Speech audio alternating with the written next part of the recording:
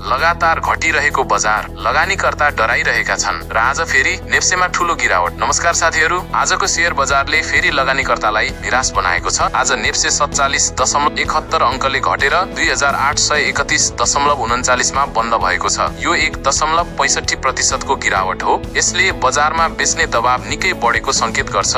आजको बजारको वास्तविक अवस्था यस्तो छ। घट्ने कम्पनी 289, बढ्ने कम्पनी 44, स्थिर 8 र पोजिटिभ सर्किट लागेका 7 वटा कम्पनी रहेका छन्। स्पष्ट छ बजारमा अहिले बेच्नेहरू हावी भएका छन्। आज बजार खुल्ने बित्तिकै केही सुधार देखिएको थियो, तर दिउँसो पछि अचानक बजारमा सेलिङ प्रेसर बढ्दै गयो र अन्त्यमा दिनकै न्यून बिन्दु नजिक पुगेर बजार बन्द भयो। यो संकेत के हो त? पहिलो, लगानीकर्तामा डर। दोस्रो, नाफा सुरक्षित गर्ने होडबाजी। र तेस्रो, अल्पकालीन लगानीकर्ताको अत्तालिएको अवस्था। अहिले बजारमा त्रासले शासन गरिरहेको छ। अब सबैभन्दा ठूलो प्रश्न, लगानीकर्ताले के गर्ने? छोटो समयका लागि व्यापार गर्नेहरूले अहिले जोखिम व्यवस्थापन गरेर बस्नु नै बुद्धिमानी हुनेछ, तर लामो समयका लागि लगानी गर्नेहरूका लागि भने बजार घट्दा राम्रा कम्पनीका शेयरहरू जम्मा गर्ने यो एउटा राम्रो मौका हुन सक्छ। याद राख्नुहोस्, धेरै कमाई बजार घट्दा नै हुन्छ। जब सबै डराउँछन् त्यही बेला चलाख लगानीकर्ताले खरिद सुरु गर्छन्। अब प्रश्न तपाईलाई, के बजार अझै घट्छ कि अब यहाँबाट फर्कन्छ? कमेन्टमा आफ्नो विचार पक्कै लेख्नु होला। यस्तै दमदार बजार अपडेटका लागि लाइक, शेयर र सब्स्क्राइब गर्न नभुल्नु होला। धन्यवाद।